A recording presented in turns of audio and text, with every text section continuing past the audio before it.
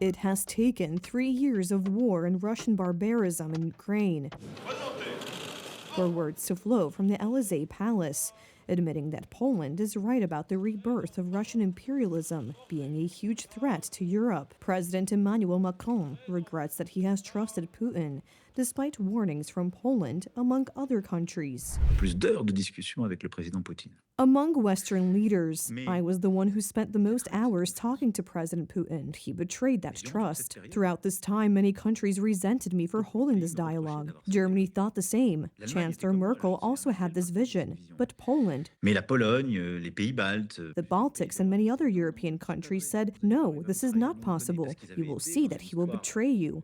They knew him because throughout history they have been invaded by Russia.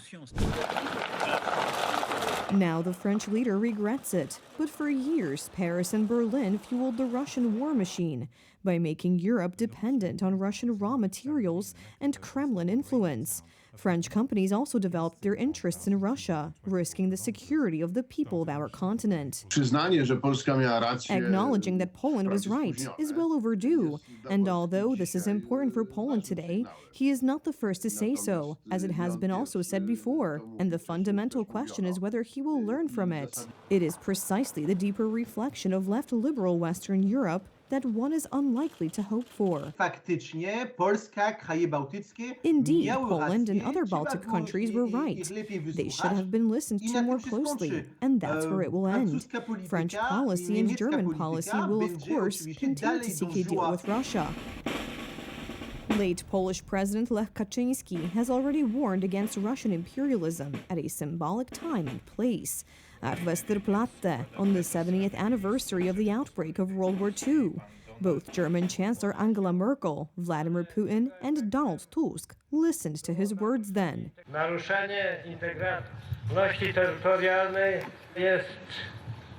Violation of territorial integrity is always an evil. It was then, and it still is today.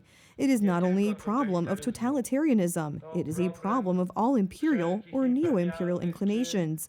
Imperialism must not give way. Imperialism or even neo-imperial inclinations must not give way.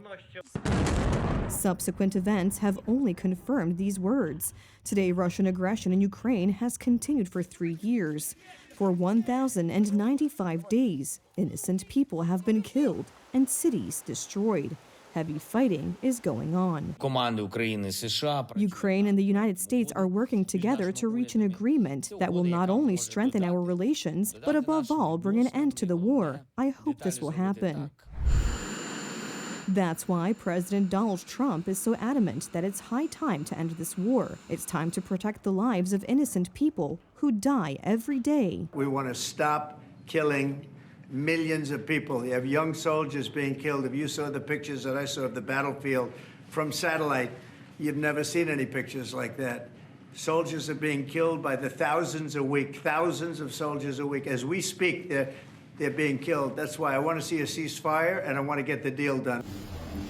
Although Donald Trump's peace negotiation methods do not please either Kiev or Brussels, the American leader's real goal is a truce. Western European politicians have failed to achieve it for 3 years. And the Democrats, who previously ruled America, have spent $350 billion on military and humanitarian aid to Ukraine. However, there are no results from such policies because the devastating war continues. Civilians are dying, and criminal Russia is not retreating an inch. To szaleństwo trzeba zakończyć jak najszybciej, bo jest to też w interesie Ukrainy. This madness must end as soon as possible, because it is also in the interest of Ukraine that their citizens do not die. Putin in no way counts personal losses. However, for Ukraine, it is very important for the war to end so that people don't die.